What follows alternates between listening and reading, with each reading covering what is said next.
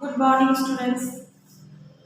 আমাদের যেটা ভিডিওতে কন্টিনিউ হচ্ছিল সেটা হচ্ছে চ্যাপ্টার নাম্বার 6, প্রীতিলতা বীরকন্যা প্রীতিলতা, কল্পতরু সেনগুপ্তের লেখা। এই চ্যাপ্টারটা আমরা কন্টিনিউ করছিলাম। প্রথম একটা পার্ট যাচ্ছে ভিডিও এবং সেখানে সামারি, লেখক পরিচিতি, তারপরে তোমার বীরকন্যা প্রীতিলতা সম্পর্কে একটু বলা হয়েছিল। নেক্সট পার্টে চ্যাপ্টারটা পড়ানো হয়েছে, আজকে লাস্ট পার্ট।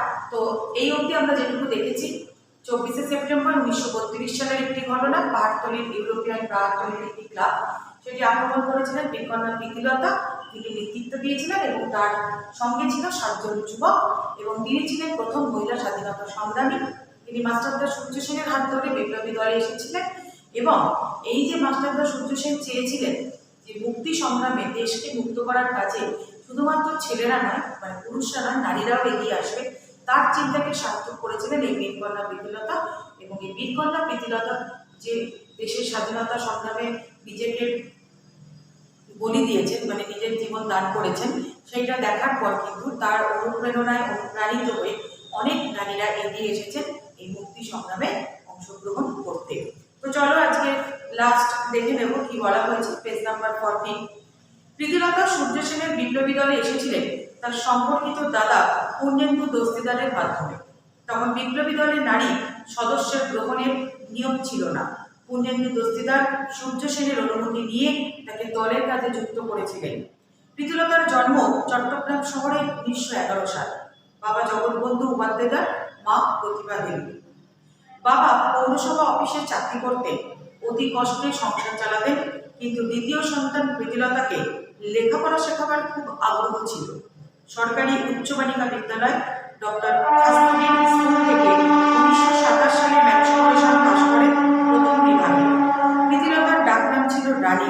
তিনি বলতেন, ঝাঁসির রানীর মতো আমিও রানী, আমিও দেশের কাজ করব। তিনি ঢাকায় ইডেন মেয়ে কলেজে পড়তে যান।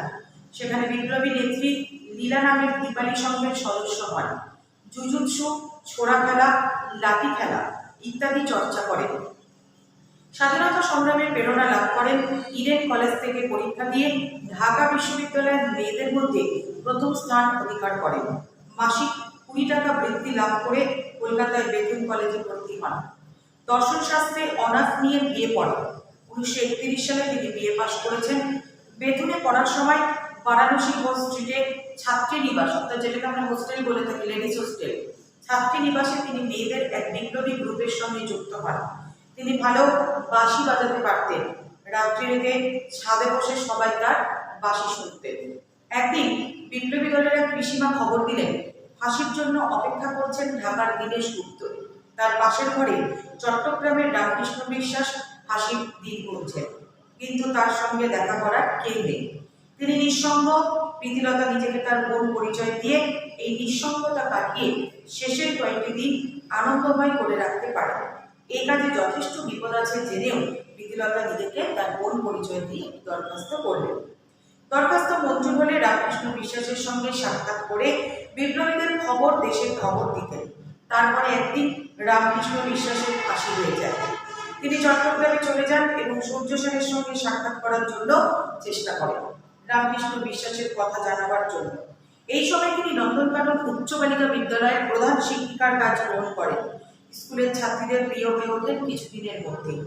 একদিন সাক্ষাতের জন্য সূর্য সেনের ডাক আসে প্রীতিলতার কাছে। অতি সন্তর্পণে তিনি ধলঘাট গ্রামে উপস্থিত হন সন্ধ্যায়। সেখানে রাত্রে খেতে বসার পূর্ব মুহূর্তে মিলিটারিরা বাড়ি ঘেরাও করে ফেলে। দুই পক্ষে গুলি চলে।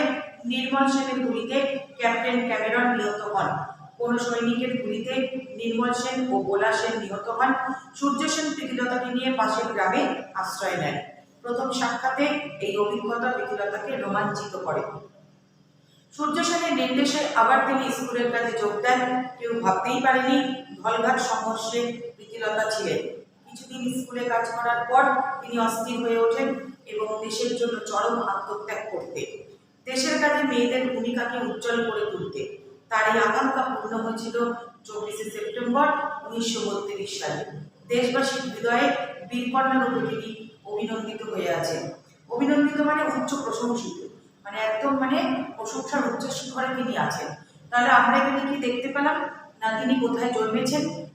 তার বাবা মায়ের নাম এবং সূর্য সেনের সাথে তার কোথায় আলাপ, কিভাবে পরিচয়, তিনি কিভাবে এই দলে এলেন এবং সেই দলে আসার পর তিনি যখন বিপ্লবী দলে যোগ দিলেন তিনি তখন নন্দনকানন উচ্চ বালিকা বিদ্যালয়ের প্রধান শিক্ষিকা, কিন্তু শিক্ষিকা হয়ে হয়ে মানে হওয়া সত্ত্বেও তার সূর্য সেনের সাথে আলাপ হওয়ার পর তিনি কিন্তু কি করলেন না দেশের জন্য চরম আত্মত্যাগ করতে আর মেয়েদের ভূমিকাকে উজ্জ্বল করার জন্য আগ্রহী হয়ে উঠলেন এবং সেদিন তার ইচ্ছা পূর্ণ হয়েছিল যেদিন তিনি মারা গেলেন 1930 সালের 24শে সেপ্টেম্বর। তো স্টুডেন্টস চ্যাপ্টারটা এখানেই কমপ্লিট।